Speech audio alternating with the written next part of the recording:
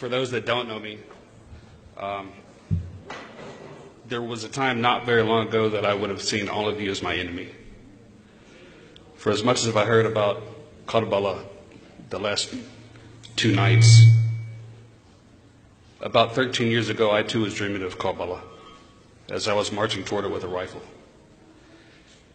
You see, I was an American soldier, and in 2003, I took part in the invasion of Iraq. And I was told that all of you hated people like me because we let women vote, and we had TV, and we were free and happy. And in 4 tours overseas, the more I experienced, the more I learned that that's the most ridiculous thing I've ever heard in my life. And the truth is, people just don't like their doors being kicked open at 3 o'clock in the morning. 10 years ago would have been no different than that. 3 years ago, I was sitting in prison.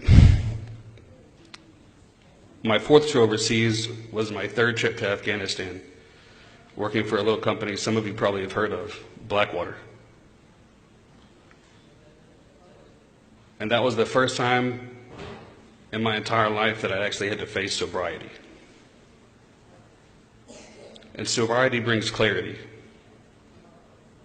And I finally began to learn to understand Islam, not to fight Islam.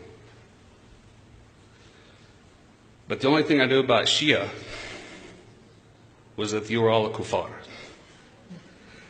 You see, I became Muslim in a Salafi Jamaat, where me trimming my beard was guilty of shirk, and the Shia prayed to Ali, and that's all I knew. But the more I learned about Salafism, the more I learned that I really didn't know anything at all. And when I told my sheikh that I wanted to ask Shias about Shias, I was told, don't talk to them because they'll lie to you. And it made me think of when I talked to my pastor about asking Muslims about Muslims. And he said, don't talk to them, they'll lie to you. And I can tell you this, I don't know a lot about this religion. Every day I'm learning more. But I know that I have a family now, because the truth is, if you want to lose your friends, tell them you've become a Muslim.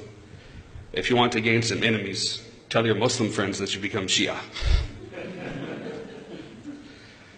But alhamdulillah, I've made hijrah from Louisiana to Michigan, and I now have people that I can call brothers and sisters in this faith, and people that have genuinely made me feel at home and welcome, and I thank you all for that.